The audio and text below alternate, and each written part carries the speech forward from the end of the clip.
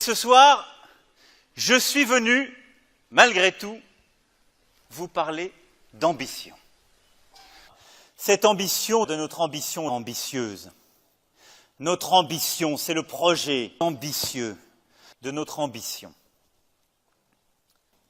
L'ambition, elle est avant tout ambitieuse de l'ambition des ambitieux, mais c'est aussi un projet pour faire plaisir à quelques-uns, pour détricoter les règles françaises, mais aussi pour défendre les intérêts des privilégiés. Elle reproduit bien davantage qu'il y a 20 ans les inégalités. Votre ambition est aussi vouée à enrichir chaque jour les plus fortunés d'entre nous. Et je veux ici saluer un ami, cher Pierre.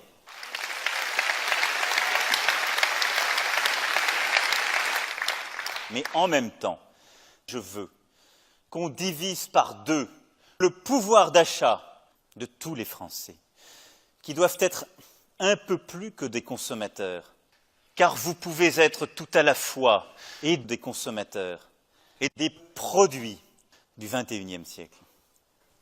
Et en tant que ministre, je suis celui qui a augmenté partout les prix de chacune et chacun des Français. J'entends des discours qui sont souvent désobligeants, mais moi, je m'en bats les couilles parfaitement. Eh oui. Mais ce qui est insupportable, c'est que des chômeurs de longue durée devraient avoir honte et devraient avoir un peu plus d'humilité. Parce que n'oubliez jamais ce que vous nous devez, votre existence. Regardez votre histoire, largement inutile, dénuée de sens, comme un sel qui ne sale plus, d'une espèce de cause rétrograde qu'il faut accompagner dans, finalement, cette déliquescence. C'est la source de tous les maux. Face à ce fléau, le chômeur de longue durée sera dans l'obligation de travailler, payer 4 € de l'heure maximum.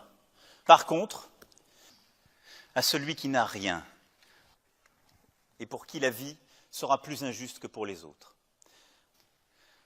Les plus modestes, les plus pauvres que les autres, qui auront du mal, n'auront rien, n'auront pas des aides. Non. Qu'on les laisse face aux injustices, face aux aléas de la vie, avec la terrible misère qui est là, si insignifiante.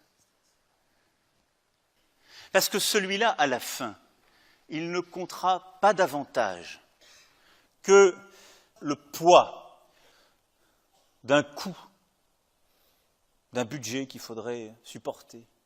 Parce que la misère, c'est votre problème. La solidarité, c'est de la démagogie.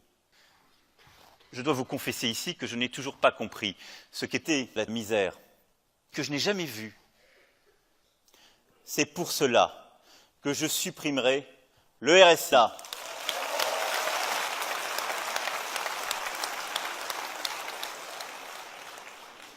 Je veux ici être très clair.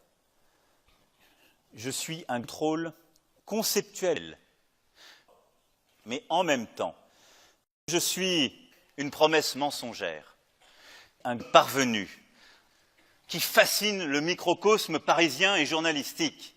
Et je m'en félicite.